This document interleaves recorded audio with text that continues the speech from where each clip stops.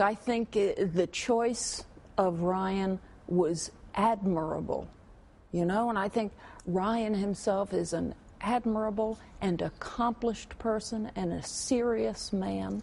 He talks about serious issues. He does focus things on the budget and on entitlement spending. I want to push back on this notion of Paul Ryan as a serious man. He voted for every budget busting measure under President Bush. He voted for TARP. He asked for money under the American Recovery and Reinvestment Act. He voted for both wars. He put Medicare on a credit card. And then all of a sudden, in the last 24 months, he's developing this stature as a serious guy. So I want to push back on that. Well, so why and then in terms of this week, he's underperformed Sarah Palin. He's contributed about a 1% bump, and according to Gallup, the Republican pick for vice president typically performs at about 5 points. So should that be, Mr. Cruz, should that be part of the record here? I mean, why is the Tea Party so supportive of a guy who was part of what the Tea Party thinks was profligate spending under his predecessor, under President Bush? Let's contrast the leadership Paul Ryan has shown with President Obama's lack of leadership.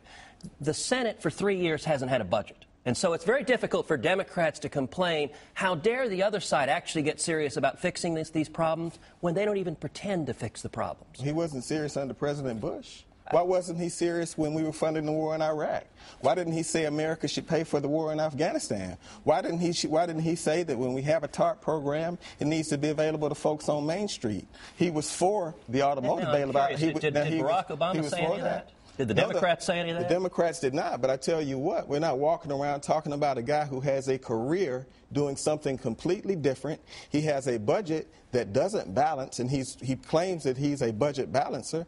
He's using supply-side economics. They have a 20% tax policy. That's a $5 trillion tax cut. And I agree with you. Doesn't make any sense. That Republicans spent and we're sitting around here acting and being polite, and it doesn't make sense. Agent Kasim Reed, did you hear race in those remarks? Did you hear a racial appeal? Doug Wilder did, as we showed the governors before. I didn't hear it. I mean, I watched the entire presentation, got a copy of the transcript. I didn't hear it. I think that this is small ball.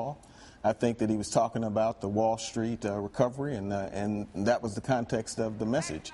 When Mitt Romney or Paul Ryan stands up to Rush Limbaugh when they're disparaging a Georgetown lawsuit, or stands up to Ted Nugent, really stands up to anybody, or stands up to Donald Trump, then I'll be willing to have a conversation about a comment that the vice president made. All right, we're going to take a break here. When we come back, we'll have more from our